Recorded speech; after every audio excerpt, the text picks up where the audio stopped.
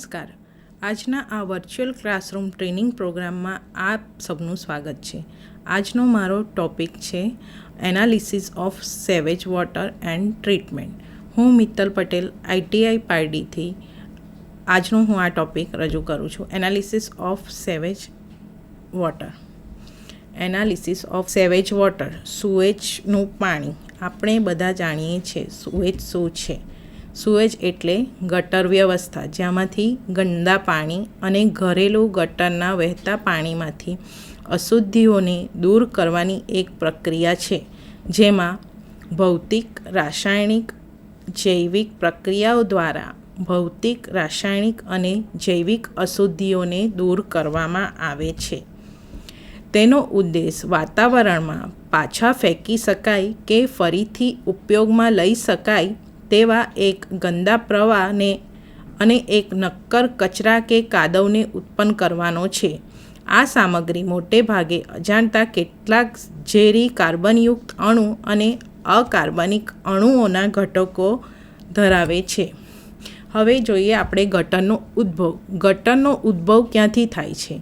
તો આપણે જાણીએ છીએ કે પાણી આપણે કેટલું યુઝ કરીએ છીએ, ક્યાંથી. આપણે સવારથી ઉઠીએ તો પાણીનો આપણે ઉપયોગ જોઈએ તો આપણે ડોમેસ્ટિક યુઝ જોઈએ. સૌથી પ્રથમ ડોમેસ્ટિક યુઝ એટલે કે ઘરેલું વપરાશ. ઘરેલું વપરાશમાં આપણે સવારથી ઉઠીએ તો વોશરૂમમાં, પછી વાસણ, કપડાં વગેરેમાં પાણીનો ખૂબ જ વપરાશ થાય છે. આમ રહેઠાણમાં. હવે બીજું છે સંસ્થાગતમાં એટલે કે આવી જે ઇન્સ્ટિટ્યૂટ ચાલે છે ત્યાં ટોયલેટનું પાણી વપરાય છે, પીવાનું પાણી, પછી વાસણ, એ બધું પાણીનો વેસ્ટ થાય છે. અને એ રીતે વ્યાપારી એટલે કે વ્યાપારી ધોરણે અને ઔદ્યોગિક સંસ્થામાં એટલે ઇન્ડસ્ટ્રીમાં ખૂબ જ મોટા પ્રમાણમાં પાણી વપરાય છે અને એ ખૂબ જ પોલ્યુટેડ થાય છે.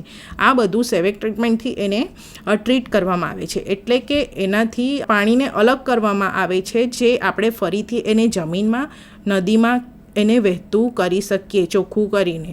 આમ રહેઠાણક, સંસ્થાગત અને વ્યાપારી તેમજ ઔદ્યોગિક સંસ્થાઓ દ્વારા ગટરની રચના કરવામાં આવે છે અને તેમાં ટોયલેટ, સ્નાનઘર, કૂવાઓ, રસોઈઘર, સિંક અને મળમૂત્ર દ્વારા નીકળતા ઘરેલું ગંદા પાણીનો સમાવેશ કરવામાં આવે છે.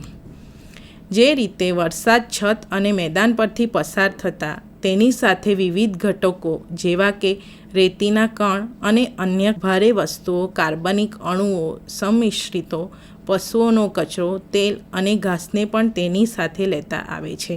આમ વરસાદના પાણીથી પણ પાણી પ્રદૂષિત થાય છે, કારણ કે તે જમીન પર પડે છે અને તેની જોડે બીજી બધી અશુદ્ધિઓ ઉમેરાય છે.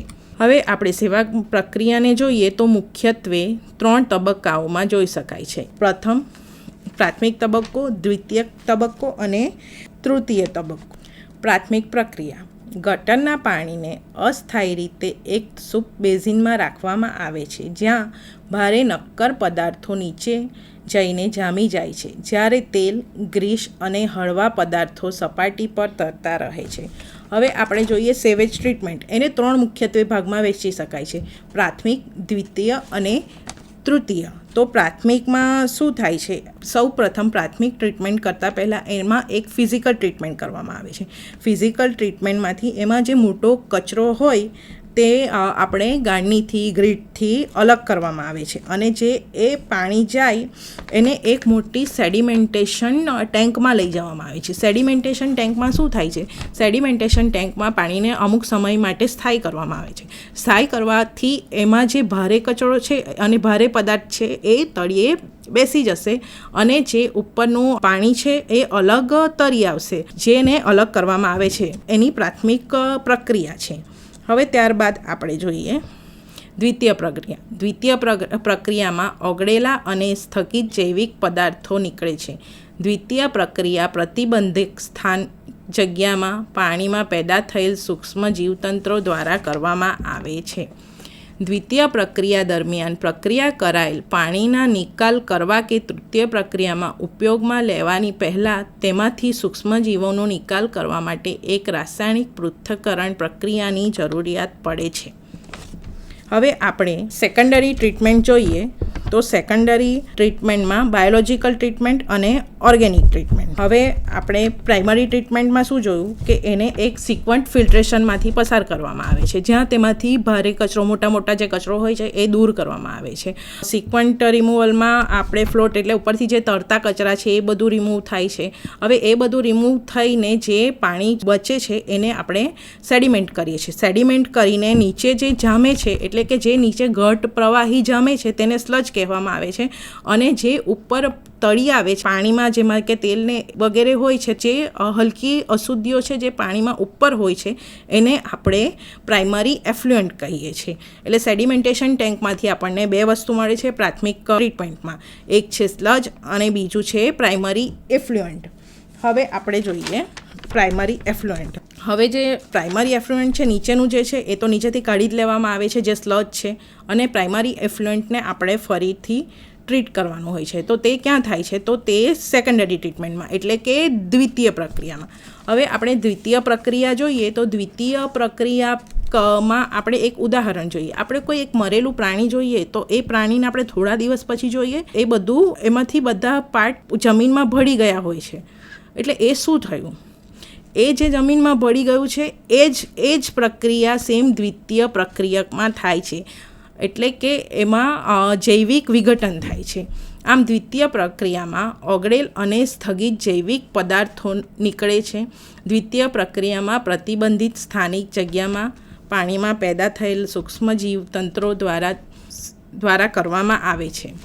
દ્વિતીય પ્રક્રિયા દરમિયાન પ્રક્રિયા કરાયેલ પાણીના નિકાલ કરવા કે તૃતીય પ્રક્રિયામાં ઉપયોગમાં લેવાતા પહેલાં તેમાંથી સૂક્ષ્મજીવોનો નિકાલ કરવા માટે રાસાયણિક પૃથ્થકરણની પ્રક્રિયા જરૂરી છે. હવે આપણે દ્વિતીયમાં જોઈએ કે આપણે એક મરેલું પ્રાણી લીધું, એનું આપણે વિઘટન થતાં જોઈએ છે. એ જ પ્રક્રિયા આ થાય છે. હવે પ્રાઇમરીમાંથી જે ઇફ્લુએન્ટ ઉત્પન્ન થયેલ છે એ લાર્જ એજિટેશન ટેન્કમાં લેવામાં આવે છે. એજિટેશન ટેન્કમાં શું થાય છે? એજિટેશન ટેન્કમાં એક સતત એજિટેટર હોય છે. એજિટેટર એને સતત હલાવતું રહે છે. એ ટેન્કમાં એજિટેટર સતત હલે છે. એ ટેન્કમાં એજિટેટર કોન્સ્ટન્ટ મિકેનિઝમથી સતત હલતું રહે છે, જેમાં એર પંપ હોય છે. એર પંપથી શું થાય છે? એર પંપથી તેમાં એરોબિક માઇક્રોબ્સ વધે છે. એરોબિક માઇક્રોબ્સ વધવાથી એમાં જે ગુડ બેક્ટેરિયા કે જે એમાં અશુદ્ધિનું વિઘટન કરે છે તેનો નાશ થાય છે. આમ સેકન્ડરી ટ્રીટમેન્ટમાં એર પંપની મદદથી અને એર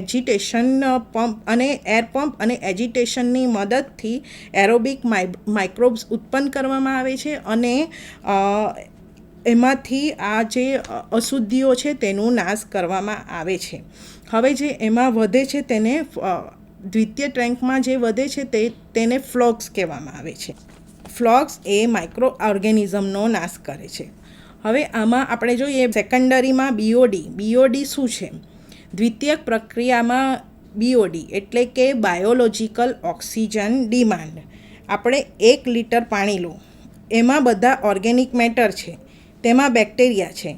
હવે એ માઇક્રોબ્સનો યુઝ કરીને ઓર્ગેનિક મેટર ડિઝોલ્વ કરે છે, તો આપણે એને બીઓડી કહીએ છીએ. એટલે કે 1 લિટર પાણીમાં ઉપલબ્ધ ઓર્ગેનિક મેટરનો નાશ કરવા માટે બેક્ટેરિયાને જેટલા ઓક્સિજનની જરૂર પડે છે તેને બીઓડી કહે છે. હવે દ્વિતીય પ્રક્રિયા આપણે લેતા પહેલાં આપણે એક ઉદાહરણ જોઈએ કે મરેલું પ્રાણી. આપણે જોઈએ છે કે એક મરેલું પ્રાણી છે, તો એને આપણે થોડા દિવસ પછી જોઈએ તો એનું વિઘટન થઈ ગયું હોય છે. એટલે કે આ જ સેમ પ્રક્રિયા આપણે દ્વિતીયક પ્રક્રિયકમાં થાય છે. એટલે કે એમાં અમુક હેલ્ધી બેક્ટેરિયા હોય છે, તેનાથી ઓર્ગેનિક મેટર ડિકમ્પોઝ થાય. આ રીતે એક પ્રાઇમરી પ્રક્રિયામાંથી ઇફ્લુએન્ટને સેકન્ડરી ટેન્કમાં લેવામાં આવે છે, જેમાં એજિટેશન એટલે કે એ પ્રક્રિયા સતત હલે છે અને એક એર પંપ નાખવામાં આવે છે.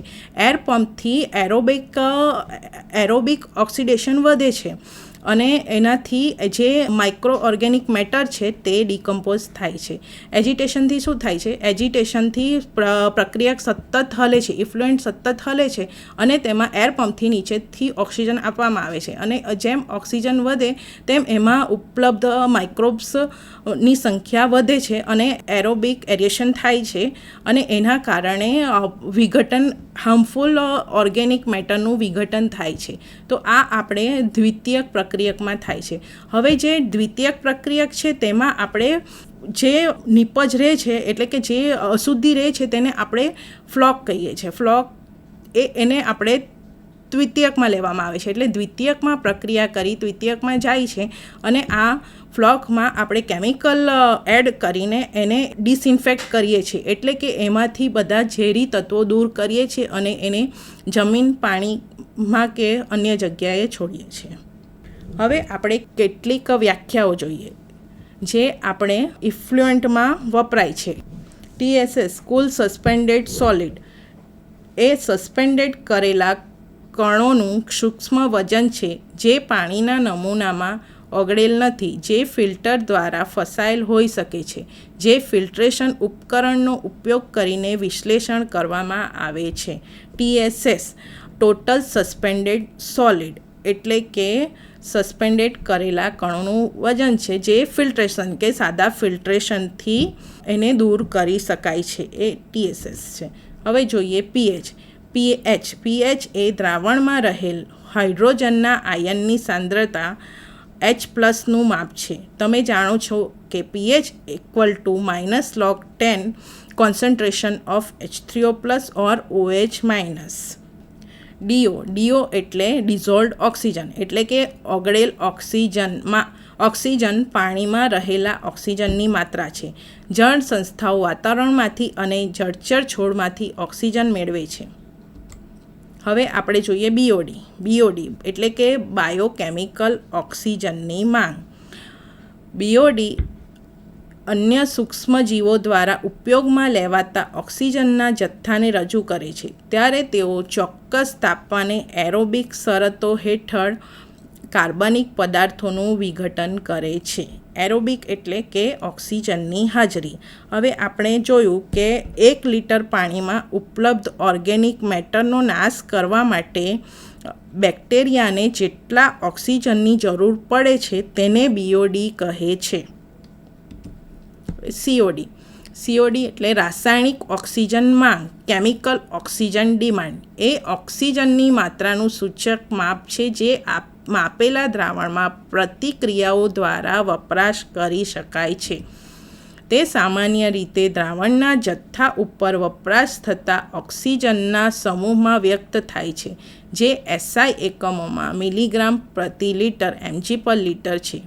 COD પરીક્ષણનો ઉપયોગ પાણીમાં ઓર્ગેનિકની માત્રાને સરળતાથી માપવા માટે કરી શકાય છે.